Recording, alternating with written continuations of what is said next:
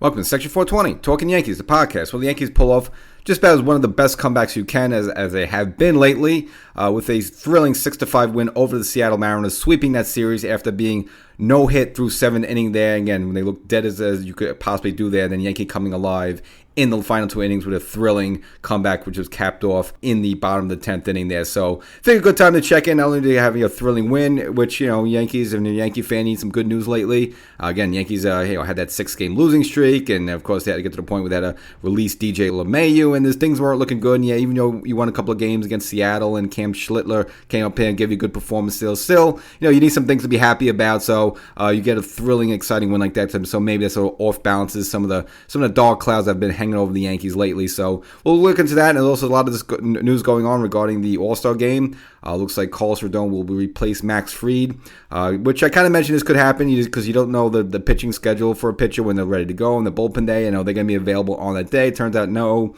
So it looks like Rodon was actually going to replace Max Fried on the roster there. So I guess congratulate Rodon to that. We'll look at that. And also now Jazz, there's some rumors back and forth where he was going to be in the Derby, and kind of said, well, he was asked, but it's not official yet. He would want to do it. He did not do it. Well, it looks like it is official. He will be participating in the Home Run Derby, so we'll reflect on that. So a lot of good stuff for this episode. Finally, a positive episode after just weeks and weeks and weeks of negativity with the Yankees. So before we get started, make sure you subscribe to this podcast. Section 420 Talkin Yankees podcast, wherever it's your favorite podcast, and there's also the YouTube version of the show. So go over to YouTube, search for Section 420 Talkin Yankees, and subscribe there as well. So for you, the Yankees, you take these first 2 games against the Seattle Mariners, and you kind of was like, all right, well, we got the series after losing so many series and losing the 6 games in a row there, and just be able to really almost on the hair of your chinny chin chin. Thanks for that double play by Bellinger Sunday against the Mets to hold on to that final game to just stop the bleeding a little bit. And of course, then win the first 2 games there, because Cam comes up, gives you a pretty decent performance for the first time out, where you earned himself a second start there. And then you got the 3rd game where he's being absolutely shut down by Brian Wu, who's an all-star himself, and you feel like, all right, well, it's just one of those nights. We won the first 2 games, we'll pick ourselves up there tomorrow. But then, of course, the Yankees slowly but surely clawing their way back. And then Giancarlo Stanton at age 35, and for the first time in his career, miraculously hits his first career pinch hit home run. A 3-run home run to bring the Yankees close there, and the Yankees are getting within striking distance. And of course, off of Munoz, a tough lefty, and Wells, of course, has a lefty hit as well. And Wells, since he's been back over the past week, he's been actually swinging the bat really well. Dealing with that sort of numb finger issue, which maybe finally he's over that a little bit. Now you're seeing him starting to really make an impact on this team with a 2-run single off the lefty to tie the game there. And of course, we all know in the bottom of the 10th inning, bases loaded, Aaron Judge up with 1 out there, hits a shot to center field. Again, it's not really that deep, and it's kind of a bang bang play there because Volpe's a speedster, and look, this might be your only opportunity, so you have to go. And now we would be making the final out of the inning there, so of course a risk there. But look, they have the game in front of you. You have to take a shot against the arm of Julio Rodriguez, who has a good arm there, and he actually made a really good throw. It's just the catcher had to catch the ball and do a swipe tag at the same time there. Looks like this barely missed Anthony Volpe, and Volpe able to sort of sneak in there and just be just quick enough and just elusive enough to score the winning run. And the Yankees take a 6-5 lead there. And again, of course, that wins the game then for them in the bottom of the 10th inning. Again, how many times we talk about with these ghost games with the Yankees? I mean, every extra inning games, especially on the road, but even at home, they seem to lose all of them. Well, finally getting a win there in extra innings there. So hopefully you can turn the tide on that. And it's a thrilling way. And now you've also swept the series against a team which you kind of need there. Again, it's good to get a sweep after the Yankees have kind of been miserable lately over the past couple of weeks. We all know all the different problems. Don't panic, sort of like, don't go crazy about firing Boone in this. It's just a little bit tough stretch, but and I'm not saying the Yankees have fully turned the corner there.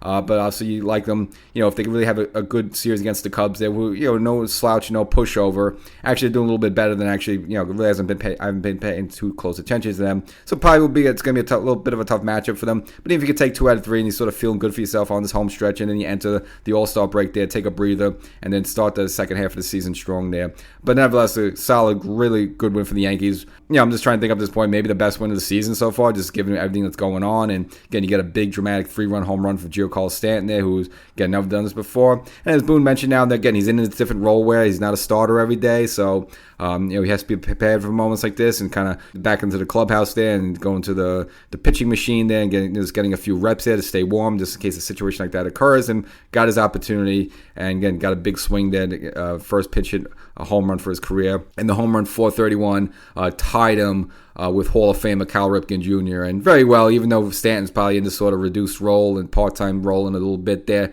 you figure at some point he should still be able to get to the 500 home run mark there, but of course about 69 more to go there. But nevertheless, you'll obviously take the win. And Stroman, wasn't dazzling, wasn't great, but kind of just gave you a good gritty type of performance like his first other two, where he's able to keep the team in the game, give you 5 somewhat innings there, and just not let things get out of hand there, where just cut the score down a little bit and be within striking distance, gives the Yankees a chance to come back, and that's exactly what it did. So again, he kind of did his part there.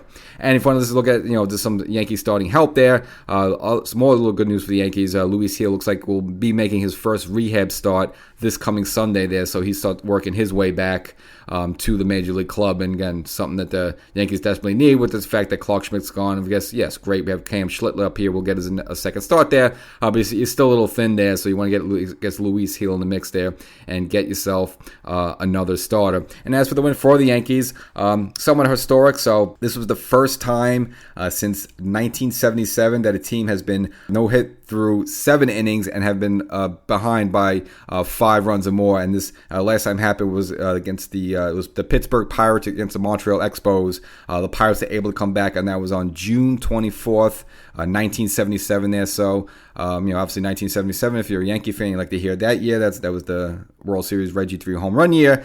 So somewhat of a historic win. So since the expansion era started in 1961, the Pirates and the Yankees, the only 2 teams to do that. Again, being no hit through 7 innings and being down by 5 runs. And both teams, the Yankees and the Pirates, came away with 6-5 wins there. So a bit of a historic win for the Yankees.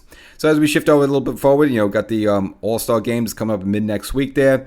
And as I mentioned at the top, looks like Max Fried is going to get yanked out just because, again, he's just not going to be available on that day he needs to throw, which, again, I always mentioned weeks ago that's a possibility when you have especially starters because they're all on the schedule, stuff like that, and you never want to push them and make them do extra work, even though, yeah, I'm sure they enjoy being in the All-Star game, but you don't want to do anything to offset your schedule, your workload on your off days and, mess up your arm for the rest of the season there. So looks like Carlos Rodon is going to take a spot there, which is kind of fitting. I did highlight the 2 of them, at least in terms of win-wise. They were the top 2 pitchers in the American League for a while, a little bit, and I know Rendon on this last one at Citi Field took it on the chin. But yeah, that aside, though, he's been having a really good season. I know he got off to a bit of a rough start there and had a couple of bigger blow-ups, and he started off like 1-3, and like, oh my, is this going to be just another wasted season for him? But did red cap there, and again, overall throwing well with a record of 9-6. In 19 starts with an ERA of 3.30. And again, you got to factor in last time he just got destroyed, and he just didn't have it in that first game against the Mets there. So the ERA and the extra loss kind of a little bit bloated up than maybe more it should be. And of course, he had a lot of blow-ups early on in the season where he just had a lot of games where even Boone said his stuff was good, but just whatever, he was just giving a walk, giving up the extra run, then again, kind of giving up a big 3-run home run in a bad spot like that. So, but overall, his body work has been good in the first half, so well-deserved there. And kind of speaking of All-Star, the day before, so that's July 14th, will be the Home Run Derby. And it looks like Jazz will be participating in that. At first, he said he would like to. Then he said he wasn't asked. I guess he was asked. So he's going to participate in that. Look at some of the other names involved there. I guess, O'Neal Cruz for the Pirates in the National League. He's also going to participate there. I know the fans have mixed reaction on this. You love it, you hate it. You feel like it maybe, because Jazz has been really swinging a hot bat lately. Vastly improved his batting average, which I kind of mentioned early on was a must for him. Again, he was hitting low below 200 before, he had to sit out for a while for that oblique injury there. So you like the way he recovered with his batting average. And again, swinging a hot bat, hitting some home runs with his 15 home runs. You can see why he qualifies there. And again, a lot of fans feel like they don't want him to participate. It might throw him out of the whack there. Maybe he hurts himself. I don't think it'll be a big deal. I know there's examples like Jason Bay and David Wright who got off the great first starts and then they did the home run derby and they just weren't the same afterwards. And that's all a possibility, but I just don't think it'll be a big deal. I mean, Jazz's swing is, it's not very mechanical. He's kind of a bit of a free swinger there. It's kind of a relaxed swing there. So, whether he's kind of taking soft pitches and taking the swings there, I don't think it affects him. Where if you take a play with a more complicated swing with a lot of different moving parts there, maybe it throws off their timing. I just don't think that's the case for Jazz. I think he's fine, and I don't think it's a big deal. And obviously, he's going to be the first Yankee since Aaron Judge participating in the home run derby, and that it was back in 2017. That was the one in Miami where him and Stanton, before they become teammates, kind of did a little bit of a mano-a-mano thing there. And Judge walking away with that one. Now I know in recent years Judge hasn't participated in the home run derby. That's a little different situation, I think, because I think when you're the Yankee captain, you're an established player. The home run derby is almost kind of a fun thing for the young guys a little bit. But I think when you get to a point you're a veteran player like Judge, even though, yes, you do qualify and you probably would win the whole damn thing, at that point you kind of have to put it down. It's just a different ball of wax. You got a big contract. You're getting paid a lot of money. You got to really keep your body safe and stuff like that, not get hurt. And it's something for younger guys, and Judge is already 33 years old, and so you understand it's a reason why someone like Aaron Judge wouldn't participate. But someone like Jazz, it's a little different situation. It's not really a big deal, so no problem there. So that's the episode. Yankees with a thrilling win, and again, got themselves a 3-game win streak. Did actually want to mention one other thing before breaking. Actually, right now the mighty Dodgers, with all the great players they got and all the signings, they're right now in the midst of a 6-game losing streak. So, you got have all the great players. You have Ohtani and all this and so forth.